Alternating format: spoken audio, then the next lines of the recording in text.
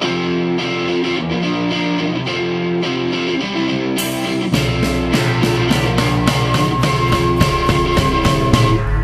can't forget the stories wasted for the headway.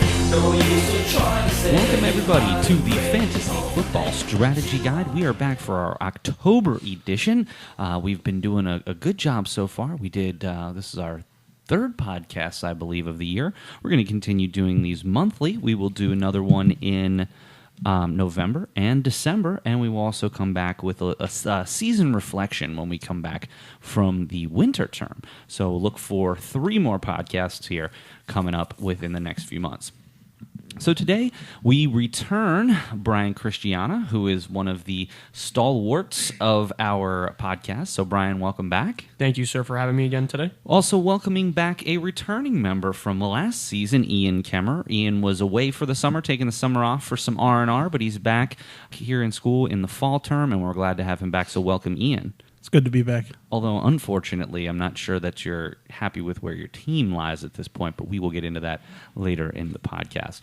Also welcoming for the first time Parker Rose. Parker is a student here, and he is very actively involved in fantasy football, and he's going to sit in with us this time and give his insight on some of the things that we're going to be talking about today. So, Parker, welcome to the show. Thank you for having me, Professor Miller. Anytime. All right, so we have a lot of things that we're going to talk about this week. In staying in theme with what we usually do, we are going to talk about the top 20 players as if we were drafting today. So say you're in, and they do have these leagues. You can get in like half-season leagues, things like that.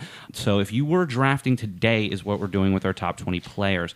Also going to talk about some waiver wire pickups for going into week number 8. And we're going to talk about a couple of injuries that happened not only just yesterday, but over the last couple of weeks, and talk about some people, if you have those players who you might want to back up this week when you're putting in your waivers. Also going to talk about our league. We haven't really had a chance to talk about that. Now that it's shaken down and we're through 7 weeks, we're going to take a look at see who's the best team in that league. Spoiler alert, it's me. And we're also going to take a look back at our Super Bowl predictions, which, as of our last podcast, my personal Super Bowl prediction didn't look great, but now both of my teams are leading their divisions, so I'm pretty happy with where we stand. But we are going to start off with a little bit of a reaction to last week, Week 7. We are recording just after Week 7, so maybe some of the injuries we don't quite have a lot of clarification on just yet, but we are going to be talking about some of those things. Gentlemen, I want to go to you. What are some of the biggest surprises, biggest storylines from Week 7 now that we're a couple days removed from the games? Well, I think right now a big one is definitely this Jacksonville Jaguars in general. So that's a big topic. Their defense giving up 40 points against the Dallas Cowboys, and then they just lost to Houston yesterday. So. Well, and the thing about the Jaguars, I mean, number one, let's not get too carried away. They still are only 1 game back in their division. The AFC South really up for grabs with Houston at 4-3. You have Jacksonville and Tennessee at 3-4, although Tennessee, man, it's hard to make anything of Tennessee. Their offense is not doing well. And even the Indianapolis Colts seem alive. I mean, they at least have some offense. Yeah. It's tough for the Colts, but Luck's been moving the ball, so they're not out of it yet. So that's a tough division. The Jags could come back. I want to see what they do after in this trip across the pond with the Eagles. 2 really underperforming teams here, Ian. What is as a third party, as a fan, you make no. There's no issues with saying about how you're a fan of the Eagles. What are your impressions so far from their 3-4 start? I think we could have did a lot better as a fan, as a diehard fan, since we losing in the Super Bowl against the Patriots in 2004 and then winning against them. But this year was a tough year because we lost one of our top running backs, Jay Ajayi, towards ACL, and it's hard because now we got to find out who we're going to put back there, and we have a lot of good running backs that we have a good option of. Well, Smallwood and Clement have played well. I mean, they haven't played poorly, but I think the biggest thing that a lot of people aren't talking about as far as Ajayi goes is just Darren Sproles not being around. He played a ton of snaps the first week, and then he hasn't really been back since. There is some hope that he might play this week, but the Eagles do go on their bye after their trip to London, do they not? Yes. Why wouldn't they just let him rest through? I mean, at this point, it's all hands on deck. They're 3-4. They have to come back at 500, although at the same time, still have 2 games against the division leader leading Washington Redskins at this point. So who knows? Maybe it's who wins those games might take the division. So, but then again, the Skins have had their bye early on in the season as well. So I think that with this long, with the 2 weeks after the London trip, hopefully that helps them get healthy. And Ajayi's not coming back, but guess what? There's still time for trades. They've been talking Le'Veon Bell. Could you imagine Le'Veon Bell on the Eagles? No, I couldn't imagine because Le'Veon is one of the top running backs, but since he hasn't played this year, it's kind of hard to tell what he's going to do. I mean, he's got to be keeping himself in shape. I mean, you'd think he'd be ready to go or whenever he comes back. Although, from what I understand, is even if he is traded, they can whoever would trade for him would have 2 weeks that he could be put on the exempt list, and then would be negotiations on whether he would be getting paid during that time or not, or how much he'd get paid. So, to me, and everything I've been reading, Le'Veon Bell is just it's a shock. It's a shock across football that somebody in their prime would be willing to give up millions and millions of dollars just because of whatever. And I understand he wants the long-term deal, but if you're holding out half a season, who's going to sign you? Right. For the kind of money you want. So let's look back. What are some other things that stood out from Week 7 from a fantasy perspective? Parker, who did you think stood out yesterday? Personally, this person that always stands out in my fantasy when I was looking is Todd Gurley. Every week he's bringing the points to the table, picking up 30-some points, always carrying the Rams, the undefeated Rams, to victory, as long as with the Rams defense and all. So I got to give credit to Todd Gurley. It's really quite shocking to me that Gurley's been able to keep it up. I mean, even last year when he scored over 20 touchdowns, it was, he was able to do a lot, but I mean, he has not scored less. Now, this is a PPR league, and that's a lot of the things that we talk about are PPR leagues. He has not scored less than 23 points, and that was Week 1 when he had 20 for 108 rushing. Just shocking. It's shocking how he's been doing thus far, already with 11 touchdowns through 7 games. I mean, there's no one. There's even coming into the season, there was a few guys maybe you'd take above Gurley. I can't imagine anybody not having him as their number one player at this point. Maybe Mahomes. Maybe there's some, other people that you're just shooting for upside here, but how's anybody having Gurley not number one? So, I mean, that's a very good point, Parker. What were your thoughts about yesterday, Brian? What were some of the things from Week 7 that we can look back on and take something away from? Well, I mean, yesterday I was keeping going between the channels between the Bears and the Patriots and the Eagles game. So, I mean, what an exciting finish to that Bears and Patriots game. How about that? Kevin White with that reception at the 1-yard line and just missed the end zone. Out of witness protection, because in the, 3 years in the league, I don't think he's had more than a handful of catches. You feel bad for the guy, honestly. But, I mean, that really showed how good of an arm Mitchell Trubisky has. I mean, the future is very bright for Chicago with their defense and everything. I think the current is bright at this point. Yes, they are 3-3, but they are still in the division lead. The Vikes are only 3-2-1. The Packers just off their bye are 3-2-1, and then you have the Lions and the Bears at 3-3. I mean, overall, guys, this might be the most competitive division in football at this point. I like this division. North. I really do like the division in the NFC North.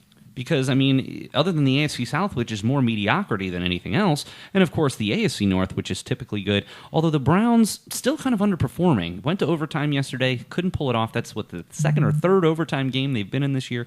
Just can't get over the hump at this point. But they're looking like they're a lot tougher of a team than they were last year. So what were some of the takeaways individually player-wise that you thought, Brian? Well, we always like to talk about the positives.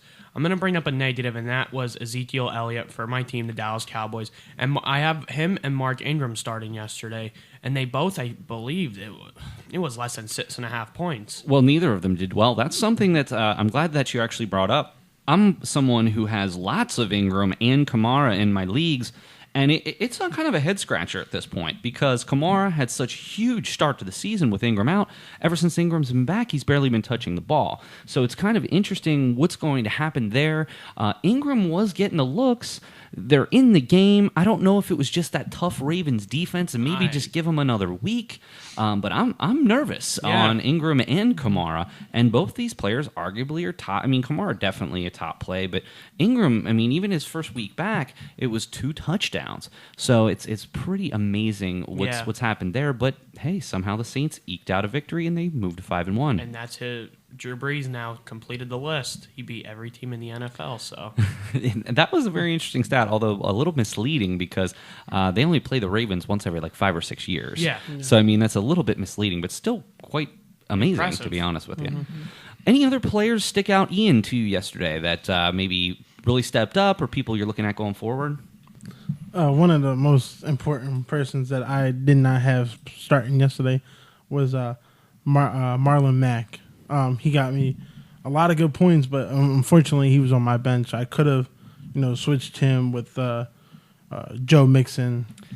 And that's tough, man, because Mixon is, and especially with Bernard out, you figure He's a good player. You figure, and if you watch him play, he's very shifty, great between the tackles, runner, can catch the ball. He has a lot of talent. Benefiting from Bernard being out, but they just got behind so quick. They just couldn't run the ball. And Marlon Mack was one of my fantasy standouts for Week 7. 19 carries, 126 yards, and a touchdown. Also got 2 catches for 33 and a touchdown. Andrew Luck moving the ball. Not a whole lot of other options there. Ebron's been there. Chester Rogers has been there. Hilton comes back and scores 2 touchdowns on my bench, of course, in 2 leagues.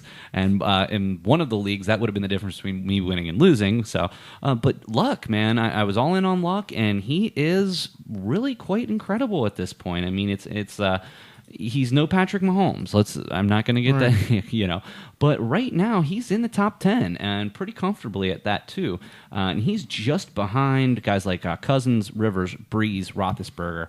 But it's still Mahomes, Ryan, Aaron Rodgers, 1, 2, 3. So and Mahomes is just, this guy's incredible. 18 touchdowns so far this There's season. been a lot of quarterbacks that have recovered from a bad season last year to this year. Matt Ryan didn't have the best season last year. And then Andy Dalton has stepped up. He's really stepped up from last season. But from a fantasy perspective, yes, you're correct. But from a real life quarterback perspective, and they're so beat up on defense, but only 2-4 and 3 games back of the Saints at this point, not looking too hot for the Falcons. Injuries are killing them. That defense took a lot. They lost a few players in their first game against the Eagles on Thursday night, and now Devontae Freeman being pretty much. I'm pretty sure he's going to be done. He is. I think he can come back. Yeah. I don't think he's out for the season. But something I'm just noticing right here in the NFC as of the end of Week 7, if you're a 500 team, you're a playoff team. The Washington, the Vikings, the Saints, and the Rams would all be division winners. Your wild card would be the Carolina Panthers, the Green Bay Packers. At 3-2-1 would be the wild card. So there might be a lot of people fighting for that last wild card spot. You have the Cowboys, Eagles at 3-4. You have the Lions, Bears, Bucks, and Seahawks all at 3-3. So that's going to be a pretty wild finish there to the NFC. AFC, it's a little bit different. There's a lot of winning teams here in the AFC. You've got the Dolphins and Patriots in the East. You've got 3 teams above 500 in the North, from the Steelers, the Ravens, the Bengals, the Texans, and of course somebody that a lot of people are not talking about, the Los Angeles Chargers. Not a very convincing 1-point win yesterday, but they got the job done across the pond, and they're coming back with a bye week. They have to be very happy with where they're doing. And all that yesterday with no Melvin Gordon. That was a surprise. And as a guy that had Eckler in a couple leagues, I actually put Eckler, and he didn't do fantastic, but he scored 10 to 12 points. I think that that was pretty interesting. Very last minute on Melvin Gordon. And I was actually lucky that I woke up early enough to notice, because that was the 9:30 game. You always have to be careful if you've got someone questionable, because you never know. You never know what's going to happen. So recapping a very interesting week number 7, just a couple of other points I wanted to make here. And I'm going to go to the next one. Ian, I'm going to go to you on this. What do you make of the Eagles' offensive players? Now, yes, Carson Wentz playing very well. You can't be too mad about how he's playing, but even fantasy-wise, he's not going to rank up there because he did miss a couple games, but he's definitely, if you have him, you have to be comfortable starting him. That being said, as far as from the receiver's perspective, Alshon Jeffrey, since he came back, been terrific. Yesterday, 7 catches, 88 yards, 1 touchdown, 10 targets. And of course, Zach Ertz, 9 for 138 on 11 targets. But unfortunately, no one else in the offense is really even doing much of anything. Smallwood only had a couple of points. Clement only had 1 point. Aguilar, and if you're in a PPR league, you're happy because he had 6 catches, but for like 20 yards. Right. What's going on with the Eagles' offense? I think they're just set up because of the run game has been lost. But you also have, like you said But they're before, not even trying to run the ball. Like when they run the ball with Clement and Smallwood, they're getting positive yardage, but it's a pass-first offense, but like even more so than last year. Yeah, it's tough to say that because you're right. You're absolutely right, and I think that they should run the ball more. But I mean, it's up to Doug Peterson. He's thinking of more of a pass offense. We can't question Doug Peterson. He brought the city a Super Bowl, so I get it, and you're not out of it. And again, you still do have 2 big games with the Washington Redskins. But I'm telling you, it's for guys. And I was all over Aguilar. Now I used him early in the season when Jeffrey came back. I did get him out of the lineup. But I'll tell you, somebody else who's looking excellent is this Dallas Goedert, the new rookie. The I tight mean, end. he is, and Wentz is looking for him. He's making some amazing catches. It's really quite impressive. Yeah. I didn't think he was going to be so big now when he was drafted, but looking at his performance in yesterday's game and a couple weeks ago, he played really well, and it's good to see Carson using another tight end just more than Zach Ertz. Who is their wide receiver 3? So your starters are Aguilar and Jeffrey. It's Jordan Matthews. Matthews, yes, they signed him. He was on the street, and Yeah. they signed him. So interesting to see what the Eagles do here, because the Eagles, even though they have a losing record, in my opinion, are still in the driver's seat of this division. It's theirs to lose at this point. They have to do something. They have to get some kind of dynamic offensive player in there. And just like last year, they brought in Ajayi and it worked. Why not roll the dice on a second-round pick for Bell? I mean, that's what they're asking for him. If they can restructure some cap room, I don't understand why. I guess in baseball, just because I'm such a big baseball fan, and you hear all of these trades, and there's so many teams that are out of it. I don't understand. If the Steelers don't want Bell and Connor seems to be playing well, why wouldn't they trade him? Same with like McCoy. McCoy's name's been out there. What do the Bills need McCoy for? Right. They're the worst team in football. I mean, maybe there's some other arguments on some other teams, but to me, I don't understand why these guys aren't getting traded. I'm sure it does a little bit more have to do with salary cap in football as opposed to baseball. But even in baseball, they have to be willing to add that salary. Well, somebody brought up to me before and saying that wait until free agency next year to actually sign Le'Veon, because if you sign him this year, he'll get certain weeks that he can play, and then he can go to a different team right away. Well, and two, I think this is something a lot of people don't understand about the franchise tag, is that if you are under the franchise tag, you can only be signed to a long-term deal before it's like July. So even if the Eagles, let's say, would trade for him and he would come over, they still could not negotiate a new contract. They could, wink, wink, nod, nod, have a handshake deal, but it couldn't be official until the next offseason. So the whole franchise tag thing, I think we do see some changing in the franchise tag.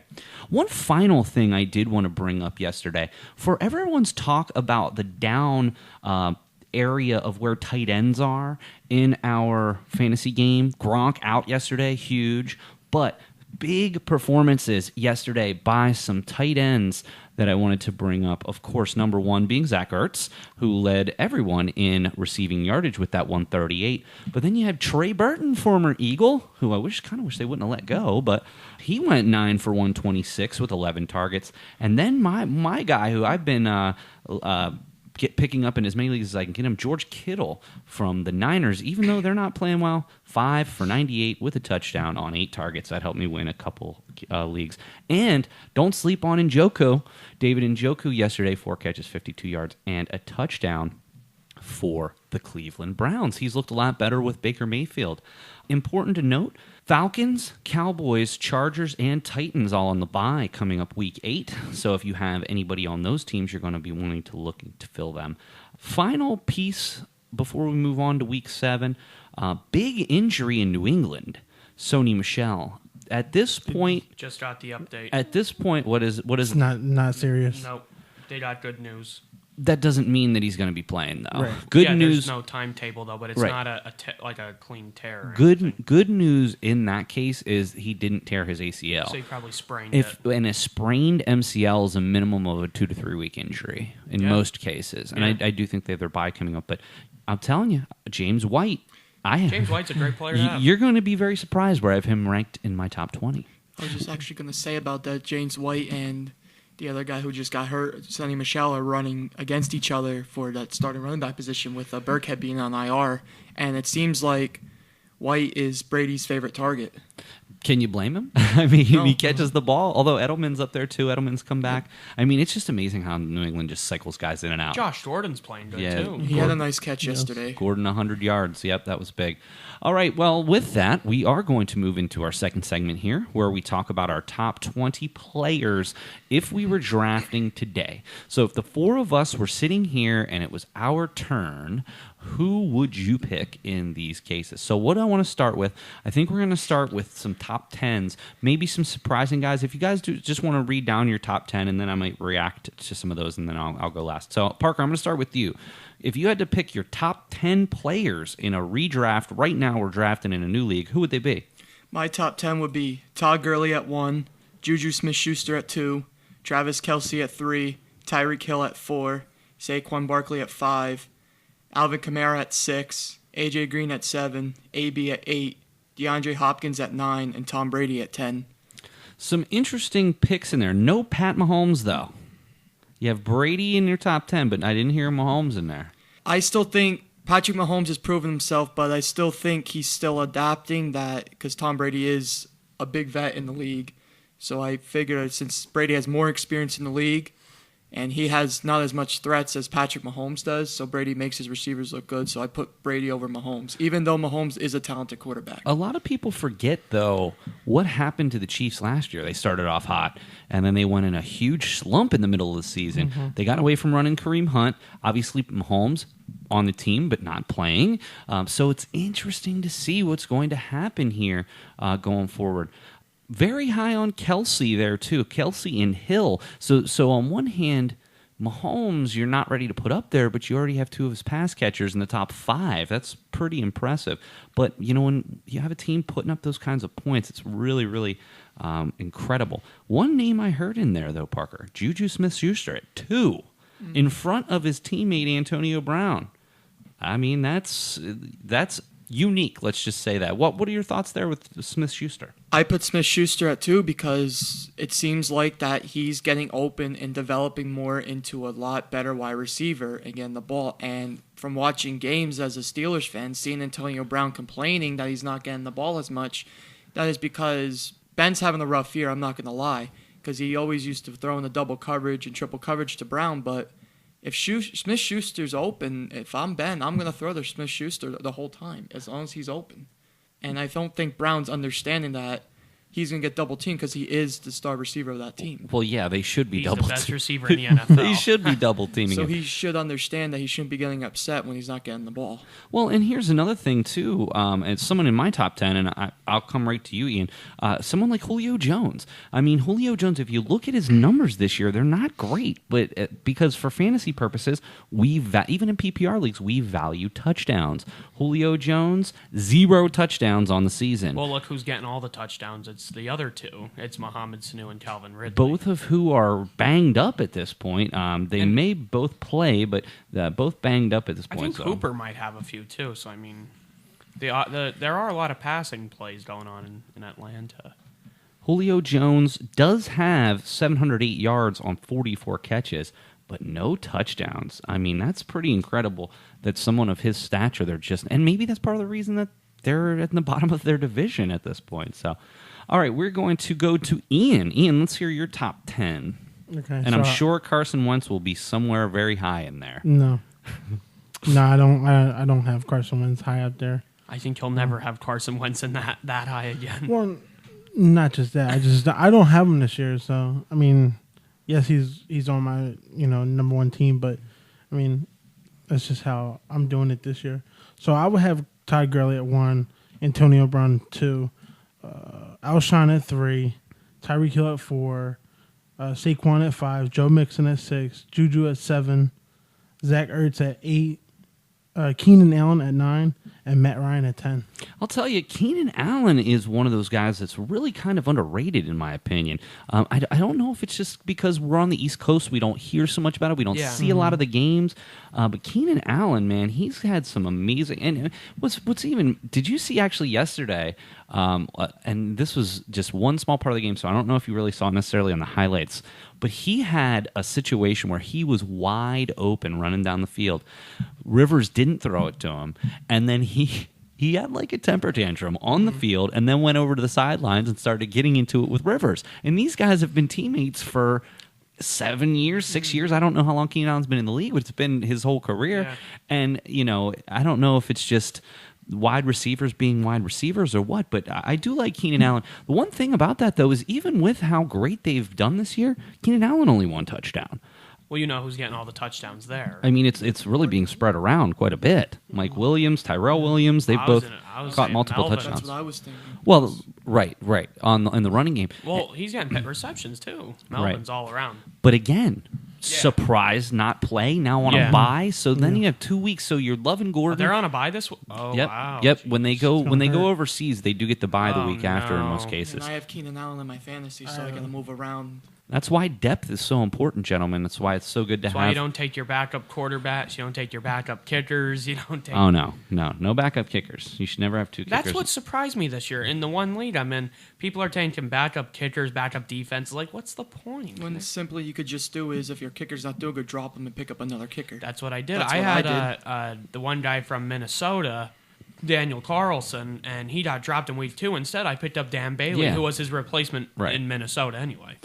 All right, Brian, to you for your top 10. All right, I'm going to join them 2 and say Gurley at 1. I have Melvin Gordon at 2 with how he's playing this year. My number 3, believe it or not, is Adam Thielen. Adam Thielen is probably the best wide receiver. I said Antonio Brown was the best. I'm sorry, but for fantasy reasons, Adam Thielen is the best wide receiver. Adam Thielen is the number 1 wide receiver by 15 points above the next person. Now, this does not...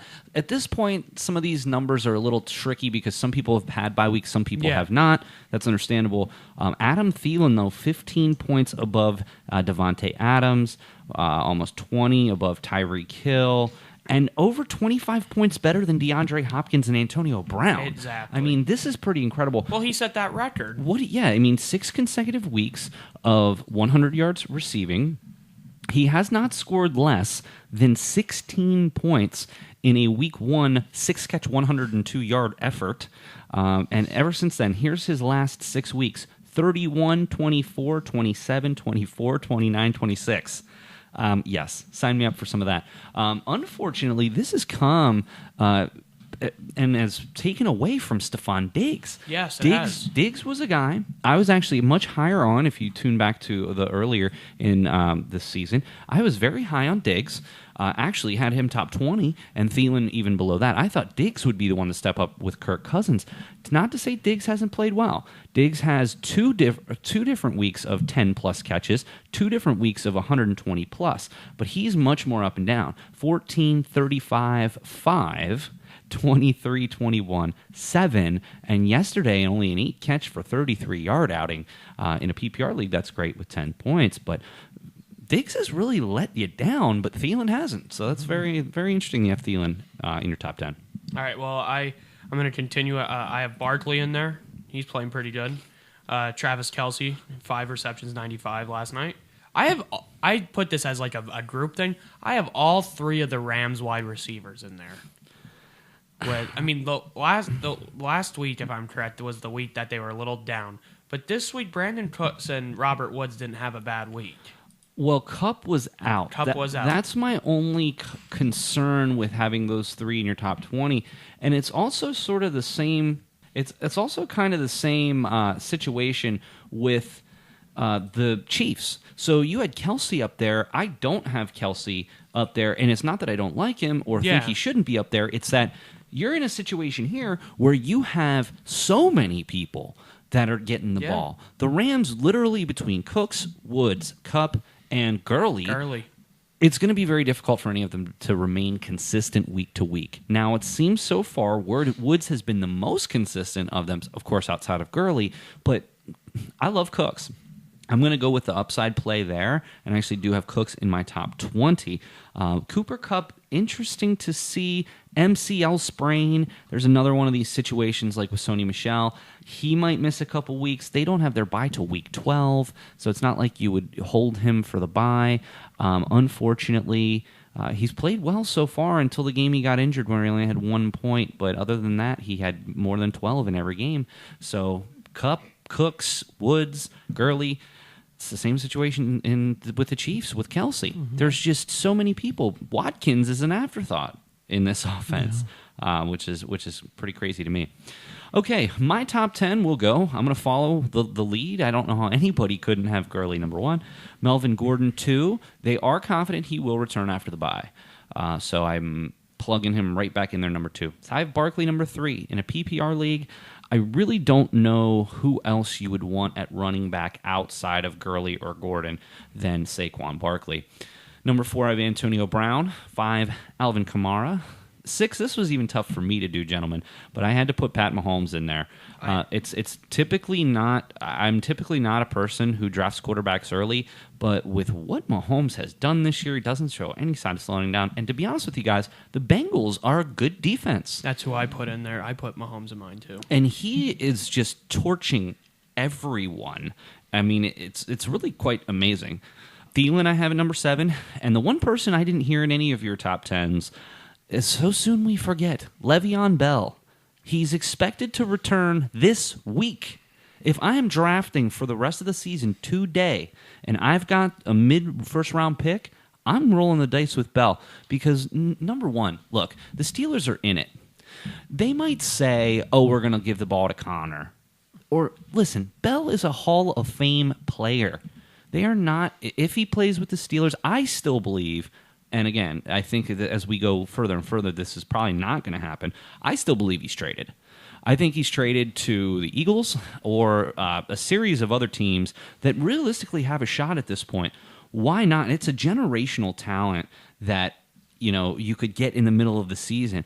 Why wouldn't a team like the Houston Texans? They're first in their division. They have Lamar Miller, who is not setting the world on fire.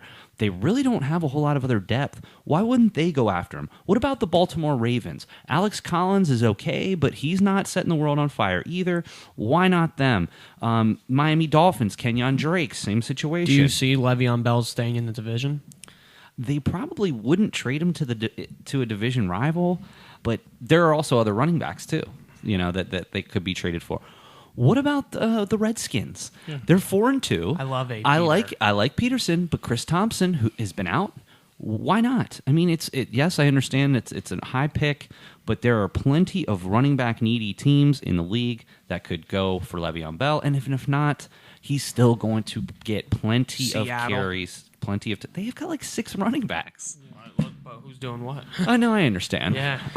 But I do think Bell is a factor. I think he returns, and at worst, he returns in week 10. So if you, even at the absolute worst, if you can get through weeks 8 and 9, he's going to be back week 10, or else he's going to forfeit all of his money, and he's not going to do that, right? So, all right, so Le'Veon Bell, and then I have Julio Jones, and again, somebody I'm very surprised about, gentlemen, Kareem Hunt. I didn't hear from you guys in the top 10. Him and Tyreek. He's on my list. I put Ertz in mine too, and then Emmanuel Sanders was even up there too. I have those guys in the rest of my top. All right, so for the second, let's just talk about some people from 11 through 20 that maybe might surprise some people, and talk about why you might have put them there. All right, I got a big one. I put it's another duo you can work with. I put Michael Crabtree and John Brown from the Ravens. They're having a pretty good season there. I don't put them in a top 20 overall, but I see where you're coming from. I don't know if the Ravens really know what their offensive identity is. No, and I think that's what makes them unique this year. Brown's the upside play. Crabtree, if he could just get in the end zone a little bit more, I'd be a lot higher on him, but neither of them really get in the end zone much. So, who else, Brian? Who else do I have? I'll tell you right now. I put Connor in there, how he's been playing recently. I also have Jarvis Landry in there because, I mean, before Baker Mayfield, I mean, the offense, like you said, it didn't have an identity. But now I think with Baker Mayfield, I like watching I enjoy watching the Browns play. Well, Landry, he's had one bad week, but he's a volume play too in a PPR. In non-PPR, I would probably stay away from Because Landry. remember, we all agreed when Dylan was here, the three of us, we all agreed we would stay away from all Browns players. And you know what? The Browns player I'm most disappointed with is Duke Johnson. Yes. Now, I do think with the trade of Carlos Hyde, now this Nick, didn't pan out yesterday. Chubb is going to Chubb. Chubb's your first and second, but Johnson should still be getting some catches out of the backfield. Maybe a lot of those are going to Landry, but Landry's season high in receptions yesterday with 10. I like Landry. He's a stud in PPR. Ian, who are some of the surprises you had in the second half of your top 20? Okay, so these two people that I put, teams that I put in my second half of my top 20 is the Rams defense and the Ravens defense. The Ravens defense for sure. The Ravens defense now, I think that's certainly a stretch to think about taking a defense that high. But the Bears lead all fantasy defenses with 59 points. I have them. The Ravens at 57. But that is, I think my only problem taking a defense that high is that there's so many, and really one to the next isn't that big of a difference. Whereas I think some of your top players could absolutely make a big difference. But the Ravens defense, absolutely, in my opinion, going forward, have to be the number one fantasy defense. Mm-hmm. I also have Drew Brees at 11. I have Eric Ebron at 15. I'm interested to see what happens when Jack Doyle comes back with Ebron. But one quick thing before we move on, Ian. This year, Drew Brees, listen to these stats. 148 of 190 attempted passes. 1,658 yards, 11 touchdowns, 0 interceptions. Now, that doesn't sound super great when he's averaging 6 completions. Or 6 incompletions. Yeah. That's nuts. It's nuts. And that's what's even more crazy to me is that it doesn't look great when you put it next to Mahomes, but that just shows you how great of a season Mahomes is having. Mm-hmm. The Breeze can be 11 touchdowns, 0 picks, 2 rushing touchdowns, which is out of the ordinary for him as well. Breeze, I like that pick. All right, I'm going to move over to Parker. Parker, who are some of the surprises in the second half of your top 20? I actually have 2. My one is, I have to say, Emmanuel Sanders. Usually a lot of people do overlook him because of him having Demaryius Thomas as their slot receiver with Denver. But as a Steelers fan, Emmanuel Sanders did actually start his career in Pittsburgh. And even though he was like the 3rd wide receiver, he put up points when he was reliable. And once when he went to Denver, he really showed that he's a talented wide receiver. So I definitely would not overlook Emmanuel Sanders. I have Sanders at 20. I really like Sanders. And in fact, from everything I've been seeing and hearing, Demaryius Thomas is done. He can't get down the field. He's dropped a bunch of passes. He did have a couple decent games, but Emmanuel Sanders is clearly the number one there. In fact, no less than 11.3 points. And here's his last 3 games, 16, 24, 27. And then 2 suspect defenses coming up in week 8 and 9 with Kansas City and Houston. Now, last night, recency bias, yes, they looked fine against the Bengals, but the Chiefs' defense, not good.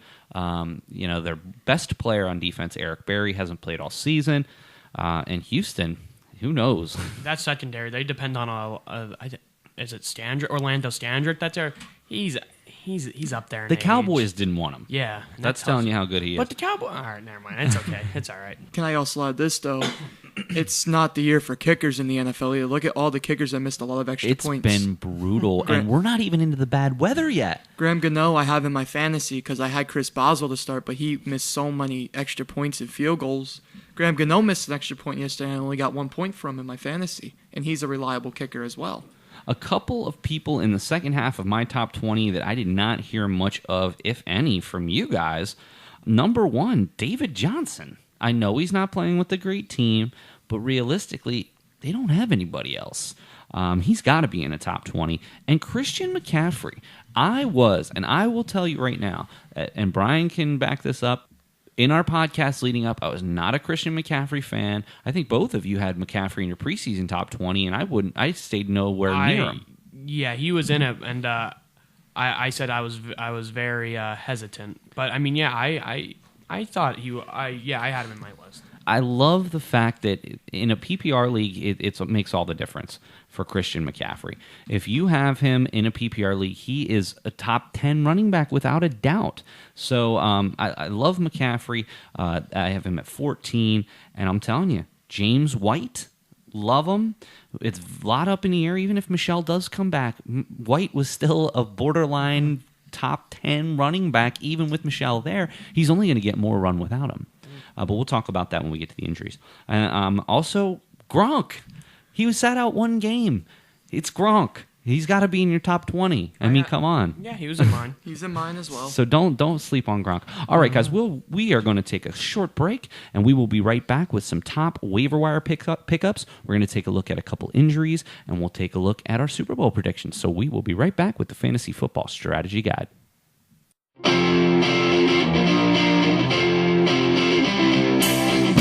This is Dylan Kleintop, and you are listening to the Fantasy Football Strategy Guide. You can't forget it's always wasted for the headway. No use in trying to say you hide. Welcome back to the Fantasy Football Strategy Guide. I'm sitting in today, Parker Rose, Ian Kemmerer, and Brian Christiana, and I am Paul Miller, and we are going to have one quick segment to end the show. We are going to talk quickly about waiver wire pickups for Week 8. We're going to talk about some injured players and some players you might be able to pick up, and we're also going to take a look at our league and our Super Bowl predictions from the preseason and see where we stand. All right, gentlemen.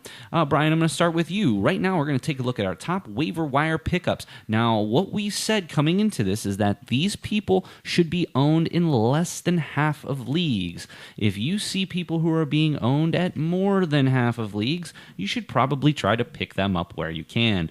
Lots of bye weeks, as we mentioned, coming into this week. The Falcons, Cowboys, Chargers, and Titans are on bye in Week 8. Brian, who is your number one waiver wire pickup at this point? Well, this was a really tough one, and I have him. He's a tight end, and he plays for Pittsburgh. I have Vance McDonald on there. I mean, now his ownage percentage might be a little higher than half, but he's a player that people should definitely take a look at. I have him and Michael Gallup for the Cowboys. Michael Gallup, I think, interesting. McDonald right now at 51%, so close enough. Not overly in love with his... I mean, he's really up and down. 0, 5, 21, 9, 1, and 13. That's another situation, Brian, with all those weapons. And if Bell comes back... Now, that being said, the tight end position in the Steelers' offense is worth something, especially if you're filling in for a bye week. Yeah. Let's talk for a second about Michael Gallup, though.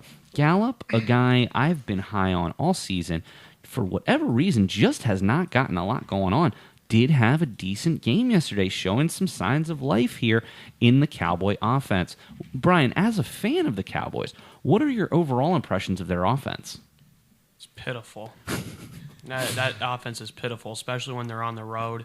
Like I said earlier, Ezekiel Elliott only having like 6 points yesterday. Well, he had 33 rushing yards, a career low.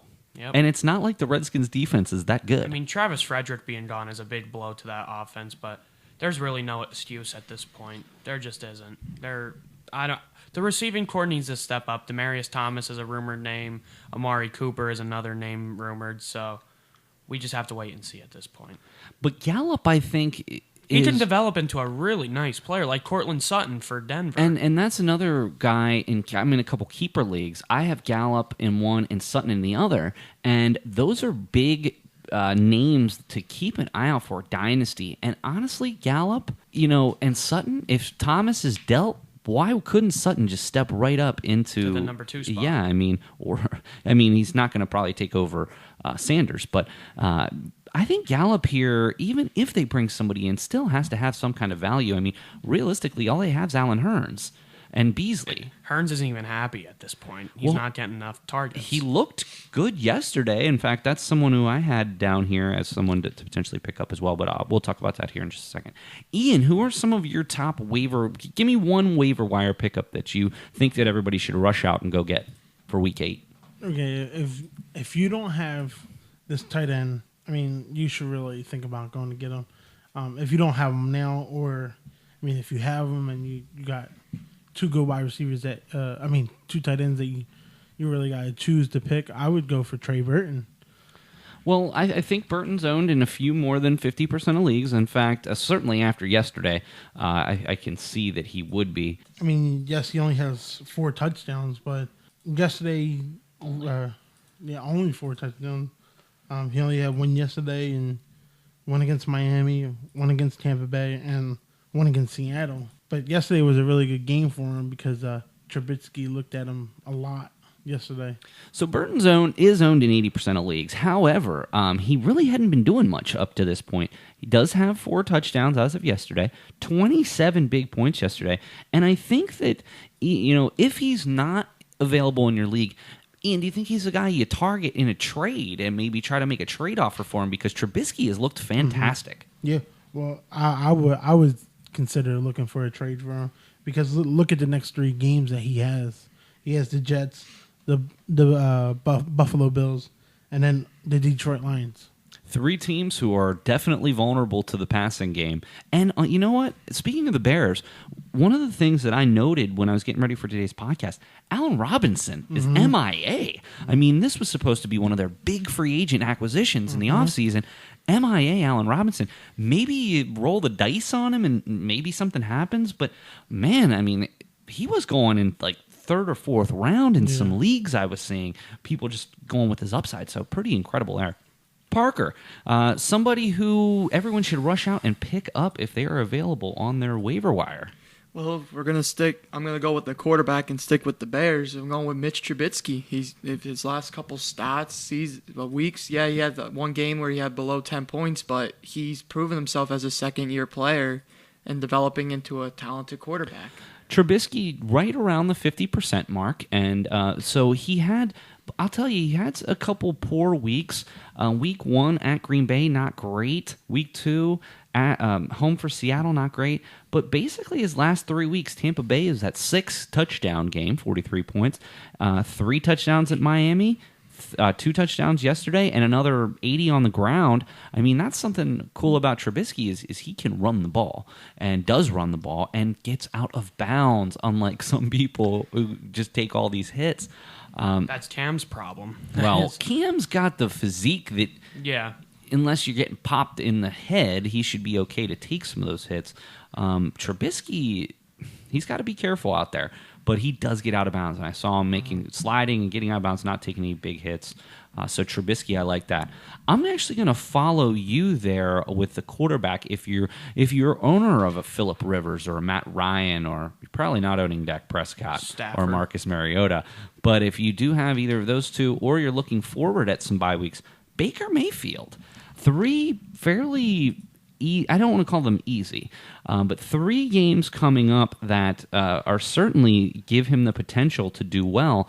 Mayfield only owned in 40% of leagues, does have his bye in Week 11. Next 3 starts at Pittsburgh, and then home for Kansas City and Atlanta. Baker Mayfield, anybody for someone who's got a bye? Division game's kind of tough. Only one 300-yard game. But he is getting some rushes.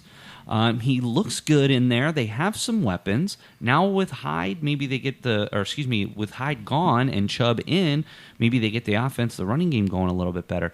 Give me Baker Mayfield if I need a quarterback this week for a bye week fill-in. Guys, anybody else that you want to chat about as far as waiver wire pickups going into week number 8? Joe Flacco.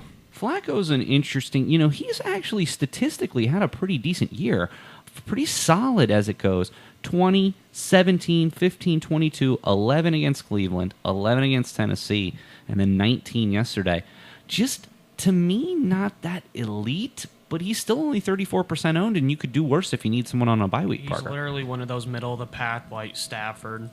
And like you said, Tannehill you could put in there, I think. Well, Tannehill's hurt, and there's people saying he might be out for the rest of the season. But Brian, That's a shame. what about? It's a shame because Miami Are was you going to bring up Dak? I can't believe what I'm about to say. Brock Osweiler has looked good with the Dolphins. Last week against Chicago, 380 yards, 3 touchdowns. Even yesterday against Detroit, 2 touchdowns, 239, 17.8 points. If you've got Phillip Rivers, you're rolling the dice with one of these guys. To me, it'd be Trubisky first, Baker Mayfield, and then if Brock Osweiler. That might be where you are in some of your leagues, though. So, one final one I wanted to take a look at. We talked about Hearns and Gallup. Those are two. Hearns at 15% owned. Gallup at only 9% owned, Brian. Like, to me, that's just too low. But one person I did want to talk about, Traquan Smith. So coming into this game, I was early in the season with the Saints. I was very high on Cameron Meredith, and because I thought they brought him in. He hasn't really even hardly played. Yesterday, he didn't have any targets. Traquan Smith came in, touchdown, has had 3 touchdowns in the last 2 games, only 9% owned. Now, the pause with Traquan Smith here, and watch out for some of your other Saints. Next 3 games, at Minnesota, home for the Rams, and then at Cincinnati. 3 tough, legitimately tough defenses. So while Traquan Smith, 9% owned, might be worth a flyer to pick him up, got to watch those defenses. Looking for another bye week fill-in, Danny Amendola, a blast from the past. They don't have their bye till week 11. Their next 3 games, listen to these 3 games. At Houston, the Jets, and then at Green Bay, none of which have a good secondary. Danny Amendola, Devontae Parker might be out of town. Amendola might be the Dolphins' #1 receiver. Kenny Stills left the game with a groin injury. So that might be one that you want to pick, try to give a shot to. All right. In our next to last segment on the podcast today, we're going to take a look at a couple of injuries, and we're going to talk about who are the people that are behind those injured players. So I want everybody to pick one person, one injured player. Now, it could have been an injury from Week 7, or it could have been an injury from earlier in the season, and those individuals are either not expected back for a while, or there's really no timetable. Parker, I'm going to start with you, and then we'll go to Ian and then Brian. One I'm going to pick out, he's a running back, and he was actually a big part of this offense. I'm going to go with Leonard Fournette, who was injured before Week 7. He was back, Week 5, and showed sign again of his hamstring acting up. But TJ Yeldon getting the reps he's a talented backup running back that if he keeps showing how he's playing, he might get a starting job over Leonard Fournette. And it's a shame because I have both of them in my fantasy, and Leonard Fournette is a talented running back, and so is TJ Yeldon, so you got some room for depth there. Here's something, Parker, I think that you and the listeners might be very surprised by. TJ Yeldon's lowest game this year was 9 points, even with Fournette in there. So it's, to me, he's getting the runs. He's had double-digit carries in all but 2 games, even with Fournette. Here's the downside. So you'd mentioned TJ Yeldon with Fournette, but here's what clouds this whole thing. 2 weeks ago, they signed, blast from the past, Jamal Charles, who has seen the field. And then, of course, this week they trade for Carlos Hyde. So that, to me, is like huge sirens and bells and whistles going off that Fournette, they're not planning on having him back anytime soon. The original thought was that he'd be back after the bye week. They do play Philly this week. They do have a bye week. So they, at earliest, you'd be looking for Fournette to come back week 10. But if that was the case, why would they trade for Hyde? Why would they kick the tires on Charles? I mean, rhetorical question. We're not in the line or the locker room. We don't know. I think that just they're concerned with Fournette over the long term. He hasn't been able to stay healthy. I thought Jamal Charles was an eyebrow raiser in the first place, but now to get Hyde in there too, with as well as Yeldon's plan, very interesting to see what happens with Leonard Fournette. Thank you, Parker. All right, next, Ian. Who is the injury you're taking a look at, and who can step up and replace those players? The injury I picked was Delvin Cook. Yes, he's been out many times, and people are saying he hasn't been at practice. He's been limited to practice because of Minnesota being so cold. They don't want the injury to be severe. But, I mean, he was a good player last year. I just think he needs to turn himself around. How do you even figure what's going on with Dalvin Cook? He's played in 3 games. He's missed 4, including his last 3. One thing I do like about this, though, as far as from Minnesota's perspective, if you were someone who handcuffed Dalvin Cook with Latavius Murray, it's worked out well for you. Because Cook's not playing, you put Murray in. And that's what happened to me in a couple of leagues. The problem here is, why isn't he playing? Right? He's not practicing. There's really been no new injury. So unless this injury is... Because every week he's questionable, and then out. Last 3 weeks. This week they play New Orleans, then Detroit, and then they're on a bye. So maybe they're just trying to get him to the bye week. They're in first place. I don't know, but they have to get Dalvin Cook going if they're going to, go anywhere in the playoffs. So I just looked on the fantasy app. It's saying it's his hamstring. Right. And but the problem here is they don't really have anybody else behind Murray. So I'm surprised they might, if they're not confident Cook's ready, they might trade for a running back. Not that Murray's not playing well. He actually is playing very well. But the problem is they've got guys like C.J. Ham and Mike Boone, people who we've never really even heard of. So that's a situation absolutely worth monitoring, Ian. I'm glad you brought up Dalvin Cook. Hopefully you drafted Murray, but he's probably not available if you didn't. Brian, one injury to take a look at. Who are you looking at? Well, we talked about him earlier, but Kupp from the Rams. So now you got to bring up, you should definitely look at Robert Woods. Again, that's a situation, though, where Kupp is like... I mean, it's like exactly what we talked about earlier. There's not really anybody else that's going to step up. And there's been talk about some other receivers there, but just with Gurley and Cooks, Woods, I mean, who knows? Who knows? There's not really anybody that you could look at. But then again, with this MCL sprain, you don't know when he's going to be back. Yeah. So, for me, instead of necessarily picking somebody up with Kupp, hopefully you have or can get Woods, but I'd be way up on Woods and way up on Cooks at this point. I love Robert. I have them both this year, and I think they were both on different teams for me. And Robert Woods, I didn't know he was that, like, they depended on him that much. Yeah, I picked him up in the one league we're in. Yeah. I have him on my roster, and he's good. Picking up good points. Somebody I was listening yesterday to something before the games, and somebody said, what's really funny is that there was a season that the Bills had Watkins, Robert Woods, Chris Hogan on their team, and now they're all doing well with other teams, so... Very interesting. One person I want to take a look at, maybe somebody a little bit off the radar here a little bit, and this kind of went under the radar a little bit for a couple reasons. Number one, the Oakland was on their bye this week, and number two, Oakland's up there as one of the worst teams in the league. Marshawn Lynch, out for up to a month with a groin injury. Not a lot came out about it just yet. He's more than likely not going to be practicing this week. What do you make of this, guys? I know, again, they're not playing well, but Lynch has had a solid season thus far. He's had double-digit carries in all but one game. He's had first 3 games of the season, he had 3 touchdowns, 4 straight games of 13 points or higher. He was playing very well. What do you think about this situation? It's a big blow to the Raiders' offense because Derek Carr ain't having the season he is because the line ain't protecting him. The receivers are dropping a lot of balls, and Marshawn Lynch is trying to get him positive yards. And I said from the beginning, I'm going to be honest with you, Professor Miller, I did not like the signing of Marshawn Lynch going to Oakland. And then Jack Del Rio did a very good job in Oakland. That is not a lie. And I think that was the wrong thing they did was bringing in John Gruden. John Gruden, I'm sorry, he's a television personality that everyone just wanted because of 2002 making it to the Super Bowl. And that wasn't even his team. That was Tony Dungy's team that made that team good. Well, Gruden does have a Super Bowl ring. Congratulations. I know.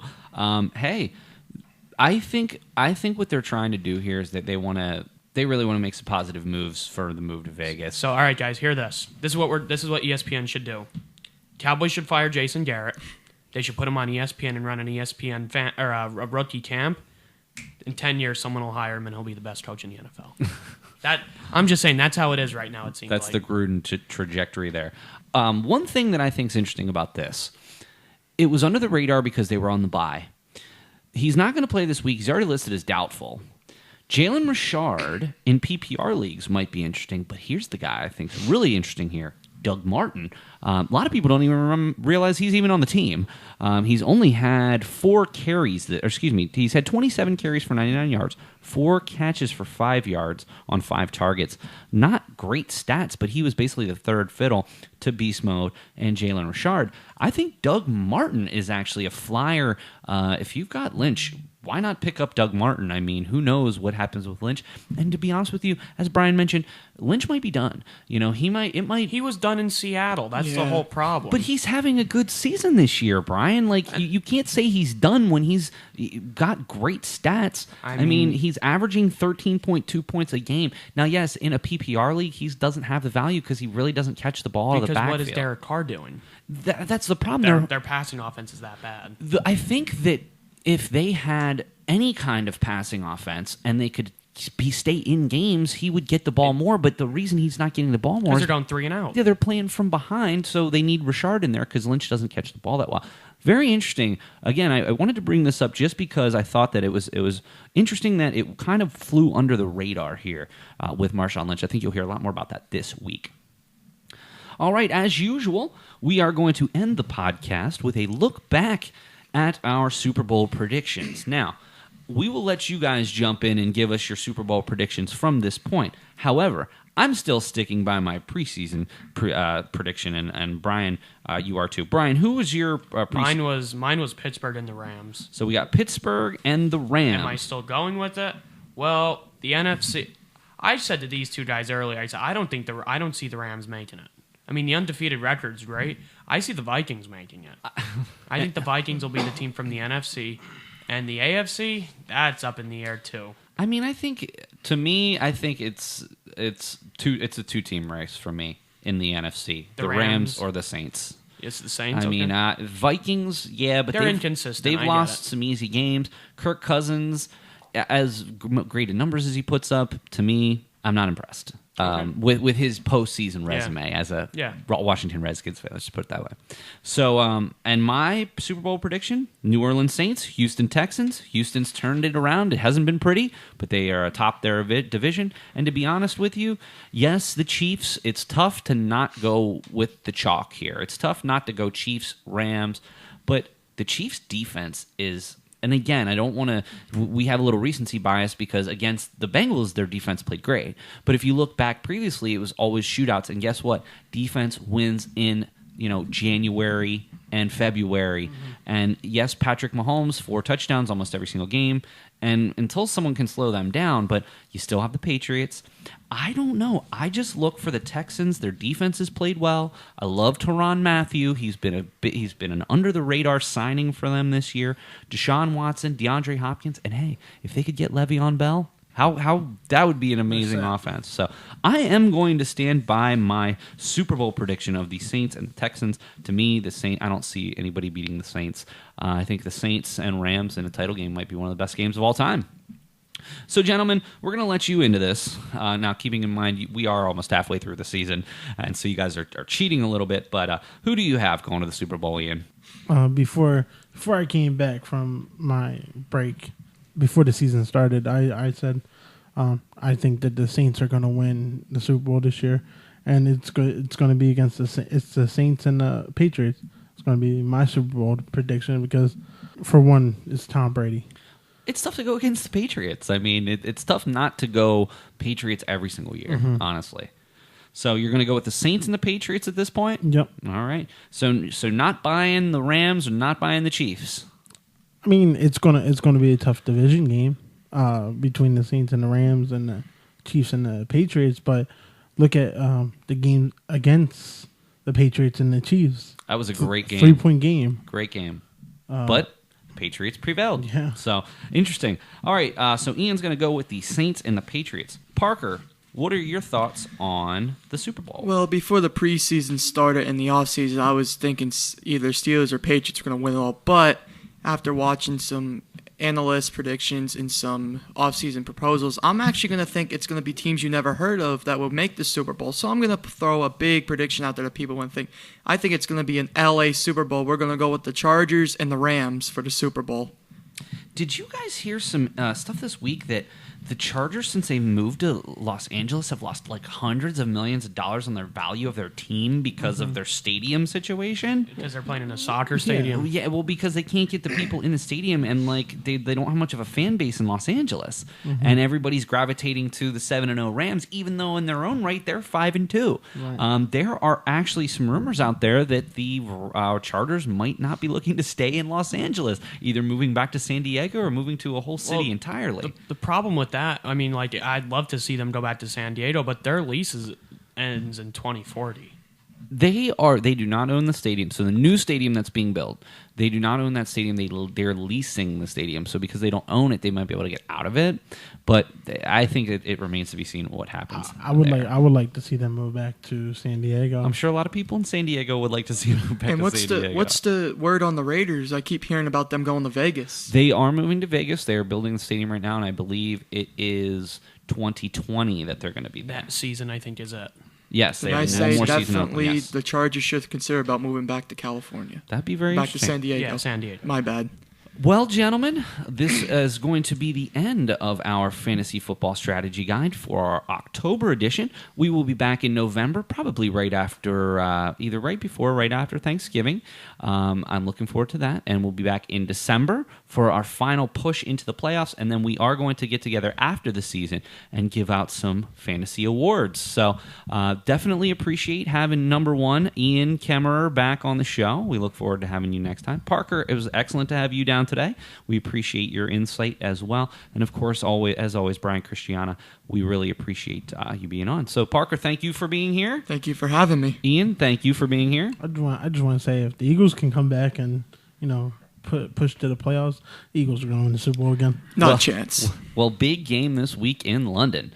And Brian, thank you for being here, as Thank you, always. sir. Thank you. All right, so for Parker Rose, for Ian Kemmerer, for Brian Christiana, this is Paul Miller on the Fantasy Football Strategy Guide. We'll see you again in November, and good luck in your matchups.